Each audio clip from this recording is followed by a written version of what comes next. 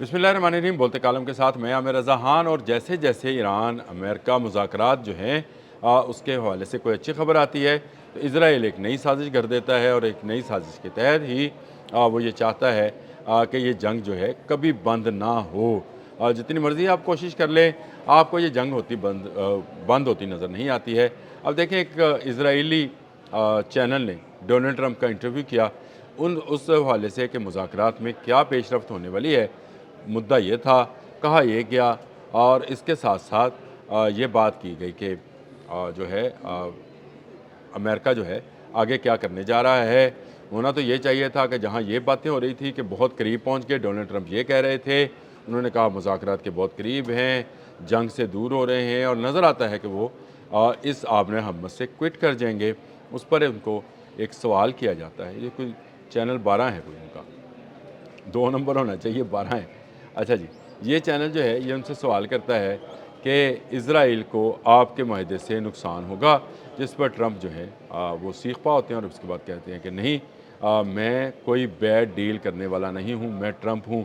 मेरे से पहले आने वाले लोग जो हैं वो बैड डील करते रहे हैं, हम बैड डील नहीं करेंगे, हम मिसाइल नहीं छोड़ेंगे इनके, हम एटमी न्यूक्लियर इनकी पावर नहीं छोड़ेंगे, और बला बला बला बहुत सारी चीज़ें। और फिर ट्रुथ सोशल पे जाकर एक नक्शा जारी करता है जिसमें वो United state of Arab Emirates का लोगो लगाता है और पूरे ईरान पर अमरीकी झंडा छाप देता है। ये है ट्रंप का वो करैक्टर जो मैं यू टर्न के हवाले से हमेशा आपसे बात करता रहता हूँ कि वो हर आने वाले दिन में एक नया यू टर्न जो है लेता है। कल तक हम जो खुशखबरियाँ सुन रहे थे, मार्क रूबियो ने भी कहा कि सालसी हो रही है और मुज़ाकरात के बहुत करीब हैं, उम्मीद है कि ये सब कुछ ठीक ठाक चलेगा। मसूद पज़ेश्कियान का बयान आ गया, जो कि ट्रंप ने तो सोशल पे ख़ुद पोस्ट भी किया, जिसमें उसने कहा कि कोई काम जो है पासदारान इनकलाब या सुप्रीम कमांडर मुश्तबा खामनेई से पूछे बगैर नहीं किया जाएगा। सुलह की तरफ कदम बढ़ाए जा रहे हैं। फिर आपको न्यूयॉर्क टाइम्स समेत बहुत सारे मीडिया हाउसेस से, अल अरेबिया से भी इवन ऐसी खबरें आना शुरू हो गई कि मुज़ाकरात के बहुत करीब पहुंच गए हैं। कुछ शिकें भी आ गई कि 60 दिन के लिए जंग बंदी होगी, इस दौरान आबने हमस खुली रहेगी और तजारत इसमें चलती रहेगी। लेकिन फिर ईरानी पासदारान की तरफ से आ गया कि ये तो भाई गलत है कि हम आबने हमस को 28 फरवरी से पहले वाली पोजीशन पर लेकर आएंगे।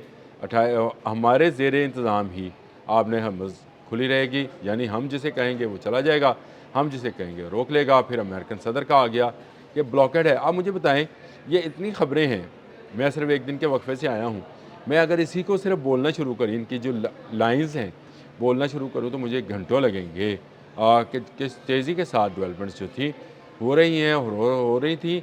लेकिन सारे मामला जो हैं ये जंग की तरफ जाते नज़र आते हैं।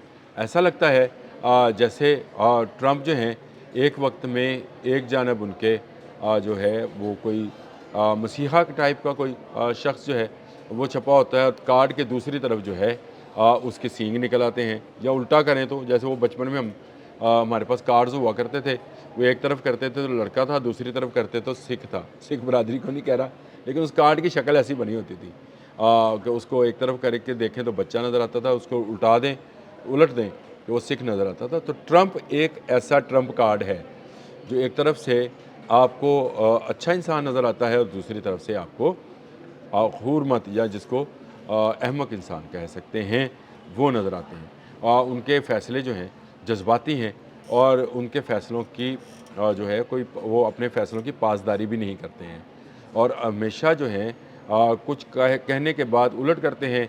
इसी से स्टॉक एक्सचेंज ऊपर नीचे जाती है, पेट्रोल ऑयल की प्राइसेस जो हैं वो ऊपर नीचे जाती हैं, और कहा यह जाता है कि बहुत सारी कंपनीज जो हैं वो ट्रंप के इन बयानात के नतीजे में अरबों खरबों डॉलर्स कमाती हैं।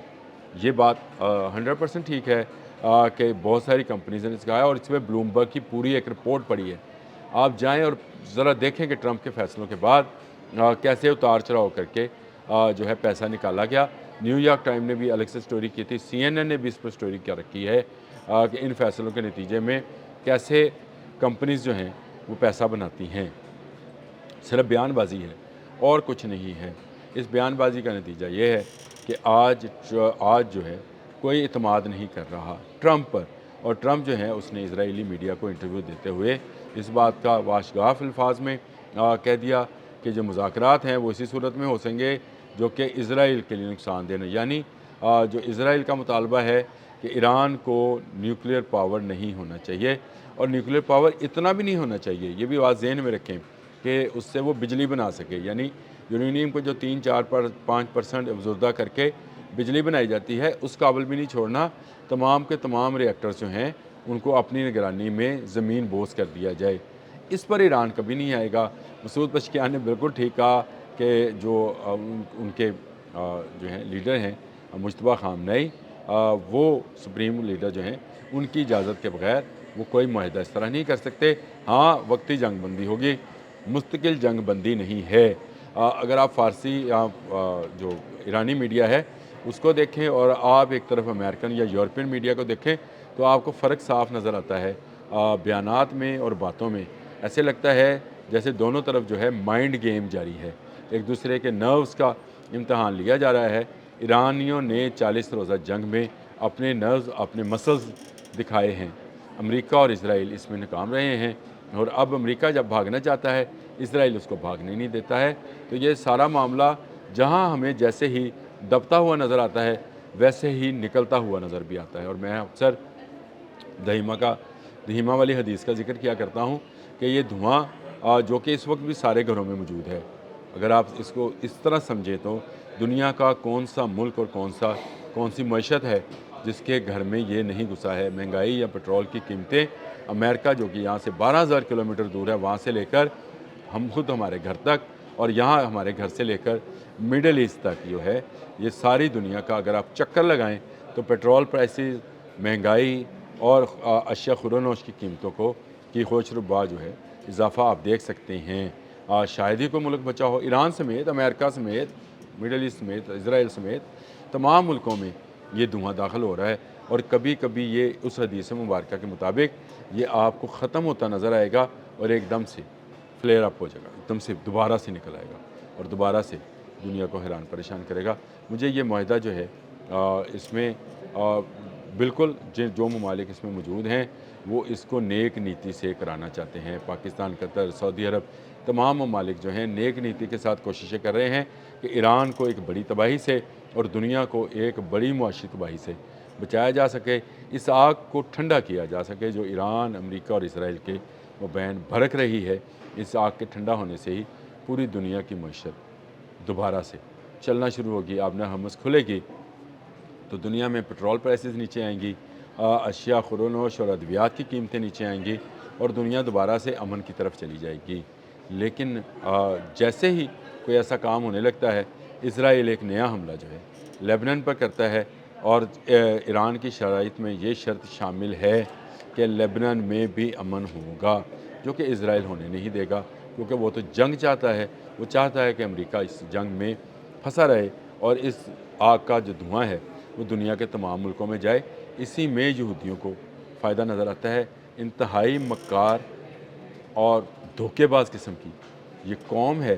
اس قوم کو اگر آپ اس کی نفسیات کو جاننا چاہتے ہیں تو قرآن پاک کو پڑھیں، آپ کو سمجھ آ جائے گی کہ یہ کس قدر خبیث لوگ ہیں جو کہ اب بھی اپنی شرارتوں سے، اپنی خباثتوں سے پوری دنیا کو تباہی کے دہانے پر لے جانا چاہتے ہیں۔ ایران ان کا مسئلہ نہیں ہے، یہ پوری دنیا کو جو ہے جینٹائلز یا ان ہیومن سمجھتے ہیں، یہ سمجھتے ہیں کہ صرف یہ انسان ہیں، باقی جو ہیں ان کے مددگار یا ان کے لیے ان کے استعمال کے لیے بنائے ڈور ڈنگر جانور ہیں جن کو جیسے چاہے ذبح کیا جائے۔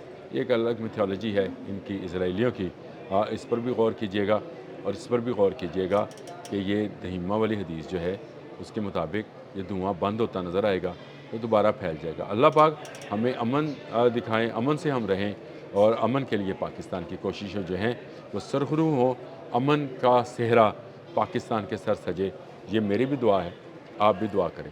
اب تک کے لیے اتنا ہی، اللہ حافظ۔